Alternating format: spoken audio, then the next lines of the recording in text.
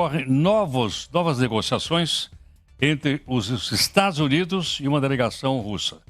Essas negociações estão ocorrendo na Arábia Saudita. Agora, o que chama também a atenção é o seguinte: de um lado a negociação, do outro, a própria BBC informa o seguinte: tem uma verdadeira chuva de drones russos em cima da Ucrânia. Eu não sei se isso é para interferir na negociação, para dizer se nós estamos numa situação de maior potência em relação ao inimigo, por aí afora. Para a gente entender até esse momento, até que ponto nós estamos nesse avanço da possibilidade de um cessar-fogo na região, professor Manuel Furriela, vice-presidente da Avenue, de Nova York, aqui conosco. Professor, muito obrigado por atender aqui o Jornal Nova Brasil. Bom dia a todos os ouvintes e também os que acompanham pelo YouTube. Professor Manuel Furriela, deixar a Ucrânia de fora ou a Europa de fora, isso fortalece a posição russa nessas negociações, na sua avaliação, ou não? Sem dúvida, porque você tem aí partes interessadas, principalmente a própria Ucrânia. Então é interessante, é curioso como um processo de negociação não traz os participantes diretos no conflito para a mesa, para o diálogo, para a conversação. Mas, de qualquer forma, o que vai interessar no final das contas é o resultado final.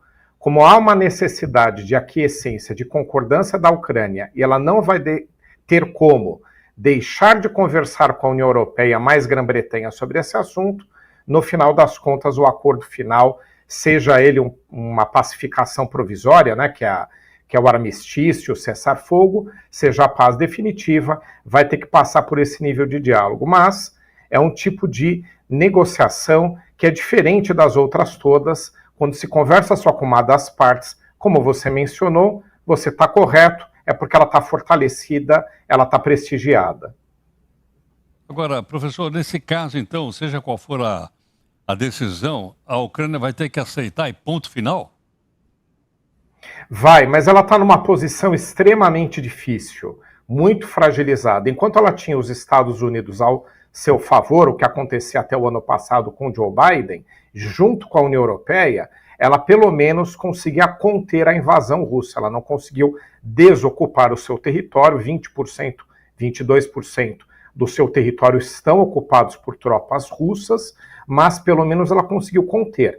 Ela, por conta própria, ela sozinha, a Ucrânia, teria sucumbido, mesmo com tanta resiliência que mostrou, já nas primeiras semanas do conflito. Então ela não tem condições de enfrentar, aqui também para deixar claro, a segunda maior potência militar do mundo, perde só para os Estados Unidos, que é o caso da Rússia. Esse apoio internacional é que fez com que ela ainda se mantivesse em pé, e é o que acontece agora no momento. Mas com os Estados Unidos afirmando que não vão continuar apoiando a Ucrânia, a não ser que ela aceite os termos do acordo, ela fica com poucas alternativas, já que a União Europeia sozinha, mesmo contando com a Grã-Bretanha junto, não tem força econômica nem militar para manter ou para substituir a parte que competia aos Estados Unidos, que era mais ou menos de metade do apoio. Professor, no começo do conflito, as empresas ocidentais, os bancos ocidentais, saíram todos pressionando economicamente a Rússia, econômica e financeiramente, dizendo que ia chegar um ponto que os russos iam estar numa situação econômica complicada.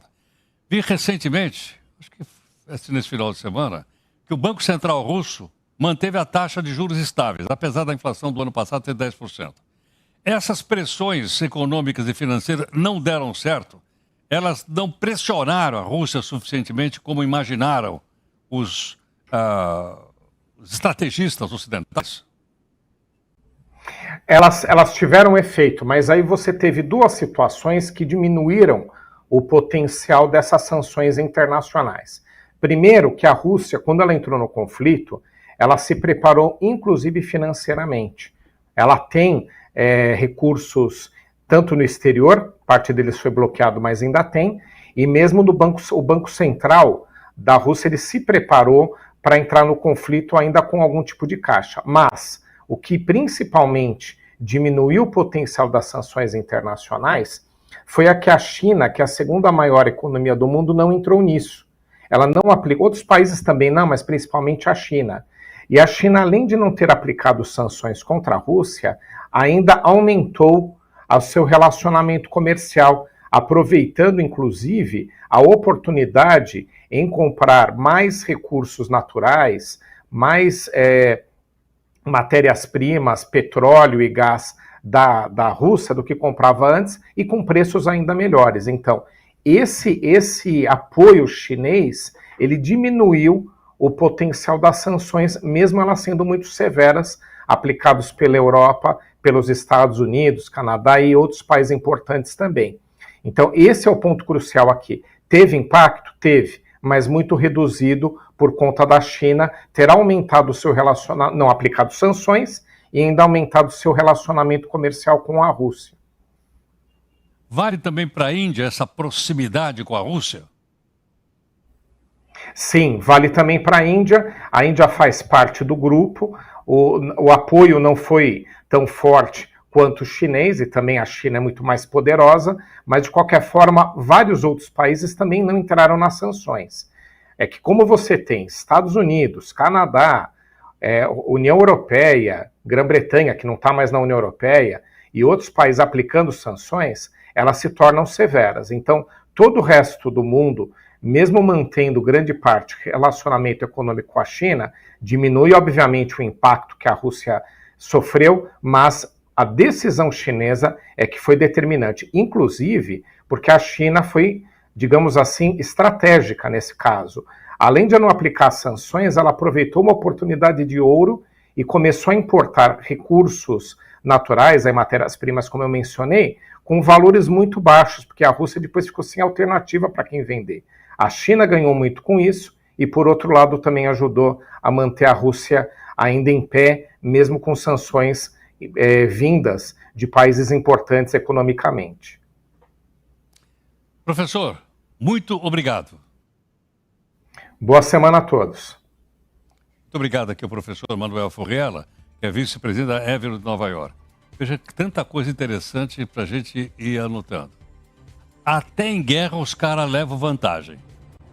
Como ele explicou para a gente, a Rússia ficou completamente bloqueada, não pôde vender seu petróleo no preço do mercado mundial.